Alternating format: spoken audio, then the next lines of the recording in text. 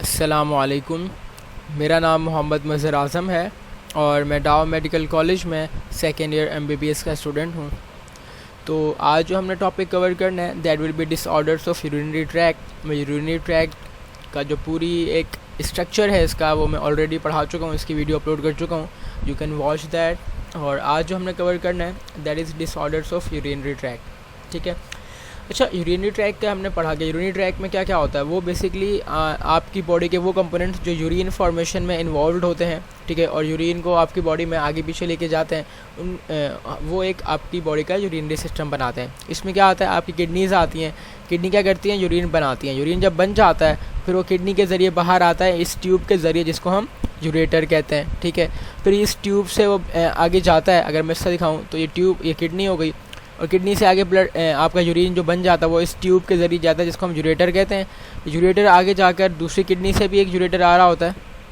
ठीक है, ये दोनों जाते हैं और आखिर में किस में खुल जाते हैं, इसमें। इसको हम कहते हैं ब्लैडर, यानी कि एक मस्कुलर पाउच है जिसमें आपका यूरिन स्टोर होता है। फिर पाउच से जो आपका यूरिन है वो बाहर निकल जाता है with the help of this tube जिसको हम यूरेथ्रा कहते हैं। यूरेथ्रा के ज़रिए आपका यूरिन जो है आपकी बॉडी के बाहर चला जाता है। ठीक है, ये तो एक स्ट्रक्चर का रिवीजन था जो मैं आपको ऑलरेडी बहुत डिटेल में पढ़ा चुका हूँ, इंडिविजुअली के किडनी का क्या काम है, कैसे बनाती है, फिर यूरेटर्स कितनी लंबी हैं, ठीक है, इनका फंक्शन क्या है, ब्लैडर का फंक्शन क्या है, ये सब कुछ। तो आज जो हमने डिस्कस करना है वो हम बेसिकली इनके डिसऑर्डर्स को डिस्कस करेंगे। कह रहे हैं यूरिनरी ट्रैक के infection are the infection in the organs associated with urinary system. कि आपके बेसिकली यूरिनरी ट्रैक के अंदर इन्फेक्शन बहुत कॉमन है और ये अक्सर लोगों के घर में हो जाता है, और फिर डिफरेंट वो साँचे वगैरह इस्तेमाल करते हैं ताकि उनके यूरिन में जो उन्हें इरिटेशन हो रही होती है वो ख़त्म हो जाए। यूरिन ट्रैक के infections are very much common. उसका मेन इशू एक हाइजीन का भी है कि लोग अपनी हाइजीन का ख्याल नहीं रखते, तो we should maintain the hygiene ताकि हम यूरिनरी ट्रैक इन्फेक्शन से बच सकें। ठीक है, ये इन्फेक्शन जो है बैक्टीरिया भी कॉज कर सकते हैं और आपके जो वायरसेस होते हैं उनसे भी ये इन्फेक्शन हो जाता है। ठीक है, और वेट अ सेकेंड, मैं इसको थोड़ा सा मोड़ा कर लूँ। हाँ, तो these infection are cause by bacteria. Bacteria के साथ साथ वायरसेस भी इन्फेक्शन करते हैं दैट इन्वेड और इंटर थ्रू द बॉडी, मतलब जो आपकी बॉडी में आते हैं with the help of anus और यूरेथ्रा की ओपनिंग। ठीक है, यानी कि अच्छा, एनएस क्या होता है? एनएस बेसिकली वो आपकी ओपनिंग है जिसके ज़रिए आपका फीकल मैटर पास आउट करते हो, यानी कि जहाँ से आप फीसिस को अपनी बॉडी से निकालते हो उसको एनएस कहते हैं। और यूरेथ्रल ओपनिंग तो वो ओपनिंग है जिसके ज़रिए यूरिन आपकी बॉडी से बाहर जाता है। और बाय अदर भी, यानी कि जो बैक्टीरिया है और वायरस है वो आपकी बॉडी में आके यूरिनरी ट्रैक के इन्फेक्शन करा सकता है। और वो कैसे आएगा? या तो एनएस के ज़रिए आएगा, यूरेथ्रा ओपनिंग, या इवन कि आपके मुँह के ज़रिए भी कुछ वायरस और बैक्टीरिया आ सकते हैं। अब जो इन्फेक्शन है वो या तो आपकी किडनीज़ के अंदर होगा, या ब्लैडर के अंदर होगा, या यूरेटर्स के अंदर होगा, या यूरेथ्रा के अंदर होगा। आज हमने 3 इन्फेक्शंस को बेसिकली डिस्कस करना है, which are pyelonephritis, cystitis and urethritis. ठीक है यार, नेफ्राइटिस। अच्छा, एक और चीज़, जब भी आपको आखिर में किसी भी जगह पर ITIS वर्ड नज़र आए ना, ITIS समझ जाना, इसका मतलब है इन्फ्लेमेशन। ठीक है, और इन्फ्लेमेशन क्यों होती है? जब आप वहाँ पर कोई इन्फेक्शन वगैरह चल रहा हो या कोई और इंजरी हो रही हो। तो पाइलोनेफ्राइटिस क्या है? पाइलो का मतलब होता है आपका किडनी वगैरह का। ठीक है, तो पाइलोनेफ्राइटिस का मतलब है it is a infection of your kidney. और पाइलोनेफ्राइटिस होता किस वजह से? ई कोलाई एक बैक्टीरिया है वो कॉज करता है। तो pyelonephritis is an infection which is called by E coli. और जब आपको ये इन्फेक्शन हो जाता है तो फिर सिम्टम्स, यानी कि क्या निशानियां हैं कि अगर ये चीज़ें होंगी तो आप पहचान सकते हो कि हाँ पाइलोनेफ्राइटिस है। लेकिन ऐसा ना करना कि फ़ौरन अगर कोई बंदा कहे हाँ मुझे ये मसला हो रहा है और आप कह दो कि आपको पाइलोनेफ्राइटिस है, ऐसा नहीं होता। इसके अलावा आप कुछ और भी टेस्ट वगैरह करने पड़ते हैं ताकि आपको एक चीज़ की ना एक से ज़्यादा वजह हो सकती है, तो उन सारी बाकी वजह को रूल आउट करने के लिए you need to perform some test. तो pyelonephritis is an infection of your kidney which is cause by E coli. और अगर if bacteria reaches in the kidney it bring nausea, आपको नोज़िया यानी कि उल्टी जैसा महसूस होता है जिसको मतली भी कहते हैं, वॉमिटिंग, उल्टी आ भी जाती है, बैक पेन होता है आपको, और हाई फीवर विद कोल्ड यानी सर्दी लगती है। तो आपको बहुत ज़्यादा बुखार भी होगा, बुखार के साथ साथ आपको उल्टी जैसा महसूस होगा, यानी कि नोज़िया, वॉमिटिंग, उल्टियाँ भी होंगी, और बैक पेन। तो बैक पेन होगा, nausea, vomiting and high fever with cold. देखो ये बैक पेन वगैरह, ये नोज़िया, वॉमिटिंग, ये आपको डिफरेंट और वो मलेरिया के अंदर भी हो सकता है। ठीक है, तो फिर आप कंफ्यूज हो जाओगे कि आप ये पाइलोनेफ्राइटिस है या नहीं है। तो इसीलिए आपको डिफरेंट टेस्ट भी कराने पड़ते हैं। खैर वो आपके स्कोप से बाहर है, तो आप इंशाल्लाह जब आप MBBS की लाइफ में आओगे आप उनको आप हर बीमारी को बहुत डिटेल में पढ़ोगे और उसके इलाज वगैरह भी उसके लिए कौन सा टेस्ट देने चाहिए अगर आपको शक हो, वो सब कुछ बहुत डिटेल में पढ़ोगे। सो यूरेथ्राइटिस की बात करें, इट इज़ एन इन्फ्लेमेशन और इन्फेक्शन ऑफ यूरेथ्रा। यूरेथ्रा क्या है? वो ट्यूब जो आपकी बॉडी से ब्लड यूरिन को बाहर लेके जाती है, यूरेथ्रा। ओके, सो ये ई-कोलाई यूरेथ्राइटिस भी कर सकता है और पाइलोनेफ्राइटिस भी कर सकता है। इसके साथ साथ क्लाइमेडिया, नाइजेरिया गोनेरिया, ये नाइजेरिया गोनेरिया जो है ज़्यादा इंपॉर्टेंट है इनमें। तो क्लाइमेडिया के साथ साथ नाइजेरिया गोनेरिया और क्लाइमेडिया, ये यूरेथ्राइटिस बहुत ज़्यादा करते हैं। ई-कोलाई करता है बट बहुत कम करता है। अब अगर आपको यूरेथ्राइटिस हो गया तो उसमें क्या होगा?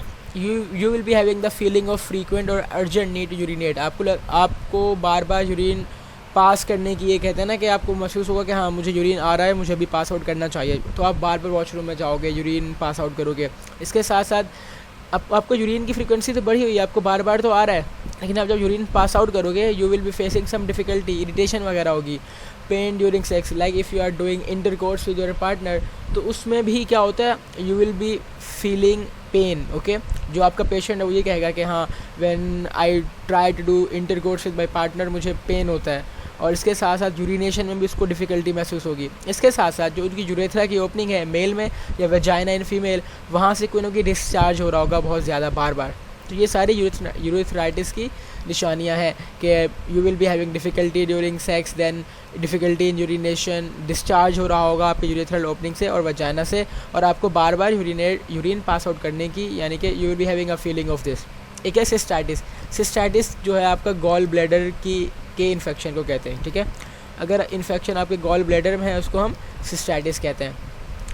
स्ट्रॉन्ग अर्ज टू यूरिनेट, इसमें भी ये होगा कि आपको यूरिन पास आउट करना है। पेन और आप बर्निंग सेंसेशन, यानी कि जलन महसूस होगी जब आप यूरिनेट करने जाओगे, पेन भी होगा और जलन भी।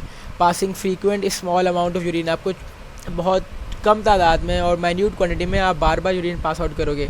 ब्लड आ सकता है यूरिन में। इसके साथ साथ क्लाउडी और स्ट्रॉन्ग स्मेलिंग फ्रीक्वेंट यूरिन, आपका जो यूरिन होगा उसकी बहुत ज़्यादा स्ट्रॉन्ग स्मेल होगी। पेल्विक डिस्कम्फर्ट, यानी कि आपका बेसिकली मैं अगले चैप्टर में पढ़ाऊंगा कि आपकी जो बोन्स हैं उनमें से एक बोन होती है पेल्विस की बोन, ये नीचे वाली, ये दिल नहीं है, थोड़े पेल्विक बोन का स्ट्रक्चर ऐसा होता है। फिर ये आपकी टांग वगैरह होती है, यहाँ पे नी होगा और ये मैं ग्राफिटी स्ट्रक्चर बना रहा हूँ, और ये इस तरह करके कोई इंसान होगा उसकी शक्ल यहाँ पर होगी और ये हाथ वगैरह इस तरह। तो ये जो एरिया है इसको हम पेल्विक कहते हैं। तो इस एरिया पर उसको ये दर्द वगैरह महसूस होगा। He will be having pelvic discomfort. A feeling of pressure in the area below your belly button abdomen. अब यहाँ पर एक हमारा बेली बटन होता है जिसको हम बेली बटन, ठीक है, आपको यहाँ पर एक बेली बटन होता है और उसके नीचे आपको क्या होगा? You will be having pain और प्रेशर। लो ग्रेड फीवर, हल्का हल्का बुखार होगा। तो सिस्टाइटिस में ज़्यादा फीवर नहीं होता, हाई फीवर आपको पाइलोनेफ्राइटिस में मिलता है। सिस्टाइटिस में आपको पेल्विक डिस्कम्फर्ट मिलेगा, फाउल स्मेलिंग यूरिन। ये जो मैं वर्ड्स बता रहा हूँ पेपर में यही आएंगे और आपको पहचानना भी होगा। ये एमसीक्यूज़ के लिए बहुत इंपॉर्टेंट है। तो बार बार आपको यूरिन पास आउट करना है। बर्निंग सेंसेशन है, ब्लड आ रहा है यूरिन में, blood, strong smelling urine, pelvic discomfort and area pressure in the area below your belly button और लो ग्रेड फीवर। ये सारी सिस्टाइटिस की निशानी है, which is a infection of your gall bladder cause by E coli. तो E coli तीनों कर सकता है, लेकिन नाइजेरिया गोनेरिया यूरेथ्राइटिस करेगा, क्लैमिडिया सिर्फ यूरेथ्राइटिस करेगा। तो ये थे हमारे इन्फेक्शंस। अब मैं डिस्कस करने जा रहा हूँ किडनी स्टोन्स को, उनकी टाइप्स, बहुत इंपॉर्टेंट है पेपर के लिए और यहाँ से काफ़ी क्वेश्चंस आते हैं, मैं इंशाल्लाह बहुत डिटेल में समझाऊंगा। कह रहे यूरिन का जो है ना उसके अंदर डिफरेंट मिनरल्स भी होते हैं और सॉल्ट्स भी होते हैं, दैट फॉर्म डिफरेंट कंपाउंड। आपके यूरिन के अंदर मैंने एक जो आपको टेबल भी दिखाया था, आपने वो टेबल याद भी करना है। कुछ सोडियम आयन भी होते हैं, क्लोराइड आयन भी होते हैं, पोटेशियम आयन भी होते हैं, मैग्नीशियम आयन भी होते हैं। ये सारे डिफरेंट मिनरल्स हैं और इनके सॉल्ट भी होते हैं। NaCl सॉल्ट भी आपके यूरिन से पास आउट हो रहा होगा सॉरी। तो अभी जो मिनरल्स हैं और डिफरेंट सॉल्ट्स हैं वो आपके यूरिन में मौजूद होते हैं और इनसे बहुत सारे कंपाउंड्स बनते हैं यूरिन के।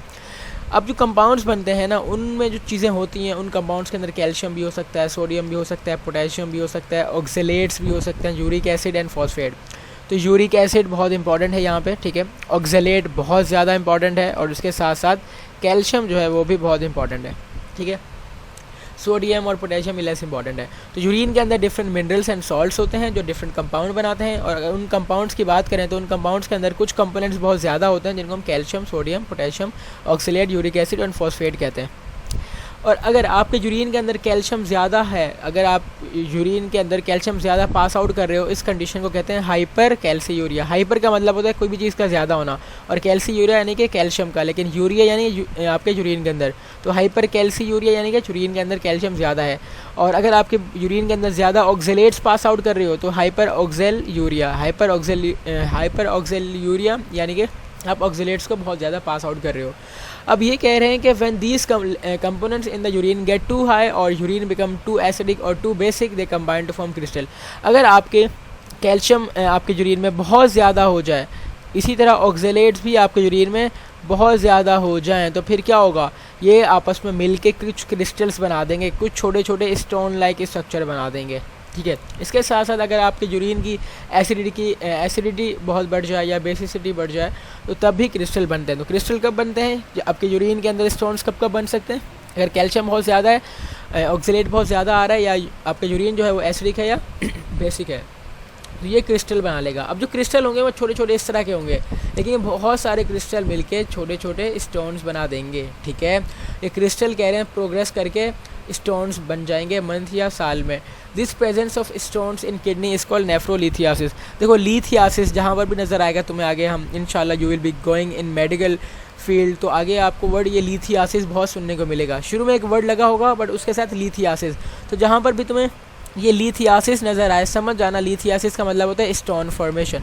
लिथियासिस का मतलब क्या है कि कहीं पर कोई स्टोन्स बन रहे हैं। अगर आपकी किडनी के अंदर बन रहे हैं तो इसको नेफ्रोलिथियासिस कहेंगे या यूरोलिथियासिस कहेंगे। So the formation of stones in your kidney is called nephrolithiasis and urolithiasis. ठीक है, तो ये जो क्रिस्टल्स हैं ये क्या स्टोन बना लेंगे, अगर ये स्टोन आपकी किडनी में है तो इनको हम नेफ्रोलिथियासिस या यूरोलिथियासिस कहते हैं। और आपकी किडनी में इन स्टोन्स की वजह से इन्फ्लेमेशन भी हो सकती है, इरिटेशन भी करेंगे। ये स्टोन्स जो किडनी स्टोन्स हैं आपकी किडनी के अंदर इरिटेशन कर देंगे, जिसको हम लीथोनेफ्राइटिस कहते हैं। लीथो यानी कि आपके स्टोन्स और नेफ्राइटिस यानी कि इन्फ्लेमेशन और इन्फ्लेमेशन ऑफ योर किडनी। मैंने कहा था ना ITIS, जहाँ पर भी आपको नज़र आए समझ जाना वो इन्फ्लेमेशन है। तो ITS तो आया है बट किस में, लीथो का मतलब होता है स्टोन। लीथो का मतलब है स्टोन, याद रखना आपने, लीथो का मतलब है स्टोन। एंड नेफ्राइटिस यानी कि इन्फ्लेमेशन ऑफ योर किडनी। तो अगर स्टोन की आपकी किडनी की इन्फ्लेमेशन करा रहे हैं, इसको हम लीथोनेफ्राइटिस कहते हैं। कह रहे हैं किडनी स्टोन्स जो हैं उनसे होगा नुकसान क्या होगा। अब अगर आपकी किडनी स्टोन, अगर ये आपकी किडनी है और यहाँ पर आपका स्टोन बन चुका है, बन के यहाँ पर फंस गया है, तो यूरिन बाहर नहीं आएगा। अगर स्टोन आपके इस ट्यूब के अंदर मौजूद है तो यहाँ पर यूरिन फंस जाएगा। फिर आप जब यूरिन पास आउट करने की कोशिश करोगे आपको बहुत ज़्यादा पेन होगा। और जिनको किडनी के अंदर स्टोन्स होते हैं या आपके जो यूरिनरी ट्रैक्ट है, लाइक आपके यूरेटर के अंदर आ गए या आपके ब्लैडर के अंदर आ गए या आपके यूरेथ्रा के अंदर आ गए, तो आपको बहुत ज़्यादा पेन होता है। तो पेशेंट ये कहेगा कि जब मैं यूरिन पास आउट करने जाता हूँ मुझे बहुत पेन होता है। इवन नॉर्मल कंडीशन में भी उससे पेन हो रहा होता है। किसकी वजह से, इन किडनी स्टोन्स की वजह से। तो किडनी स्टोन्स क्या करते हैं, they hinder the flow of urine and cause severe pain in back. या जो आपके किडनी स्टोन है ये यूरिन का पैसेज भी ब्लॉक कर देते हैं और आपकी बैक में पीछे के एरिया पर बहुत ज़्यादा पेन होता है। Calcium oxalate is the most common type of crystal to form 80% of kidney stone. जो 80% ऑफ किडनी स्टोन बनते हैं वो कैल्शियम ऑक्जेलेट की वजह से मिलते हैं। यानी कि आपके कैल्शियम भी बहुत ज़्यादा होगा यूरिन में और ऑक्जेलेट भी बहुत ज़्यादा होगा, और ये दोनों मिलके क्या कर देंगे, कैल्शियम ऑक्जेलेट के स्टोन बना देंगे। और जो किडनी स्टोन्स बनते हैं उनमें कैल्शियम ऑक्जेलेट के स्टोन्स बहुत ज़्यादा पाए जाते हैं। यानी कि सबसे ज़्यादा स्टोन्स कौन बनाता है, कैल्शियम ऑक्जेलेट बनाता है। इसके अलावा 5 to 10% जो है ना किडनी स्टोन वो कैल्शियम फॉस्फेट या यूरिक एसिड से भी बनते हैं। जो सबसे ज़्यादा किससे बनते हैं, कैल्शियम ऑक्जेलेट से बनते हैं 80%। देन कैल्शियम फॉस्फेट और यूरिक एसिड से भी बनते हैं। इसके अलावा ये आपने वर्ड याद रखना है, magnesium ammonium phosphate. Magnesium ammonium phosphate उसका दूसरा नाम है स्ट्रूवाइट। तो पेपर में MCQs में पूछ सकते हैं कि struvite is the another name of magnesium ammonium phosphate. Some kidney stone जो होते हैं ना, they are form by magnesium ammonium phosphate, जिसको हम स्ट्रूवाइड भी कहते हैं, in the alkaline urine due to bacterial activity. अगर आपका, मैंने कहा था ना किडनी स्टोन्स कब कब हो सकते हैं, अगर आपका यूरिन ज़्यादा एसिडिक हो, ज़्यादा बेसिक हो, या उसके अंदर ज़्यादा कैल्शियम और ऑक्जेलेट हो। अगर आपका यूरिन ज़्यादा अल्कलाइन है, अल्कलाइन बेसिकली आप बेसिक जो आपका अगर बेसिक मीडियम होता है ना, लाइक अगर आपकी pH ज़्यादा है, अगर pH ज़्यादा है ना उसको हम बेसिक भी कहते हैं और अल्कलाइन भी कहते हैं। तो अगर आपका यूरिन अल्कलाइन है तो अगर वहाँ पर कोई चीज़ अल्कलाइन है वहाँ पे बैक्टीरिया का ज़िंदा रहना बहुत आसान होता है। तो आपके उस ट्रैक में बैक्टीरिया बहुत ज़्यादा आ जाएंगे। जब बैक्टीरिया बहुत ज़्यादा आ जाएंगे इनकी एक्टिविटी बढ़ जाएगी, और बैक्टीरिया की एक्टिविटी अगर बढ़ जाएगी, अल्कलाइन यूरिन के अंदर बैक्टीरिया की एक्टिविटी बढ़ जाती है, तो उससे क्या होता है, मैग्नीशियम अमोनियम फॉस्फेट के स्टोन्स बन जाते हैं, जिसको हम स्टोवाइट के स्टोन भी कहते हैं। कहते हैं these stone are about 10% and called struvite और इन्फेक्शियस स्टोन। ये जो स्टोन्स होते हैं 10% होते हैं, हम इनको स्टोवाइट भी कहते हैं और इन्फेक्शियस स्टोन भी कहते हैं।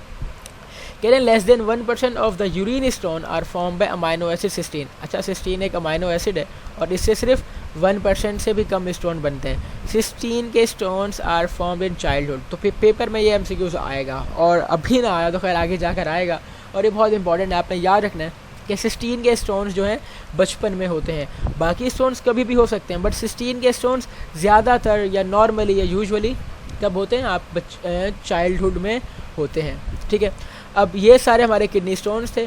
अब हमने इनको, किडनी स्टोन्स बन गए हैं तो इनका इलाज भी तो करना है आपने।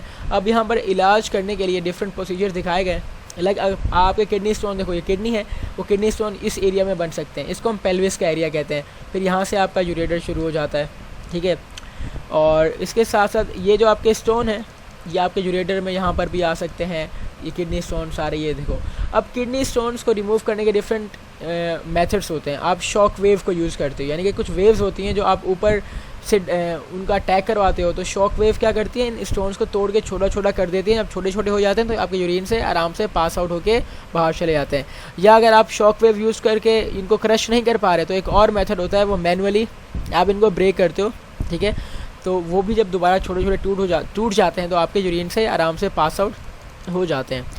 फिर ये एक और कह रहे हैं कि आप शॉक वेव कैसे देते हो, कि पेशेंट इस तरह सो जाता है, लेट जाता है, उसके ऊपर एक मशीन होती है जिसको हम लिथोट्रिप्टर कहते हैं। लिथोट्रिप्टर का मतलब है, लिथो का मतलब होता है स्टोन, ट्रिप्टर यानी कि तोड़ने वाला, तो स्टोन्स को तोड़ने वाली मशीन है लिथोट्रिप्टर। वो शॉक वेव्स देती है जिससे किडनी के अंदर मौजूद स्टोन्स टूट जाते हैं, और ये शॉक वेव सिर्फ किडनी के स्टोन्स के ऊपर ही टारगेटेड होती हैं। ठीक है, कह रहे हैं kidney stones are treated from outside the body by shock wave. अगर बॉडी के आउटसाइड, यानी कि हमने पेशेंट के अंदर कोई मशीन नहीं डाली, आपने कोई चीज़ भेजी नहीं है, आप डायरेक्टली उस बाहर से उन स्टोन्स को तोड़ रहे हो, तो कैसे तोड़ सकते हो, शॉक वेव के। अगर शॉक वेव के ज़रिए, तो शॉक वेव क्या करती हैं, स्टोन्स को छोटा छोटा करके तोड़ देती हैं। This treatment is called extracorporeal यानी outside the body. Extracorporeal यानी outside the body, shock wave lithotripsy. तो ई से एक्स्ट्रा, सी से कॉर्पोरियल। ठीक है, एक्स्ट्रा कॉर्पोरियल, बल्कि सी तो है नहीं, बट आप इस तरह भी याद रख सकते हो कि एक्स्ट्रा कॉर्पोरियल, ई से एक्स्ट्रा कॉर्पोरियल, एस से शॉक वेव, शॉक, डब्ल्यू से वेव, एंड एल से लिथोट्रिप्सी। लिथोट्रिप्सी यानी कि स्टोन्स को तोड़ना। तो extra corporeal outside the body, shock wave, lithotripsy. It is a procedure in which stones are broken inside your kidney with the help of shock waves which are generated outside the body without opening the kidney. अपने kidney को तोड़ने, मतलब खोलने की ज़रूरत नहीं है, कोई सर्जरी की ज़रूरत नहीं है, आप डायरेक्टली शॉक वेव यूज़ करके तोड़ सकते हो। Another treatment for kidney stone is percutaneous nephrolithotomy. P से पर, C से cutaneous, N से nephro, L से lithotomy. This procedure is used to remove kidney stone when they can't pass on their own.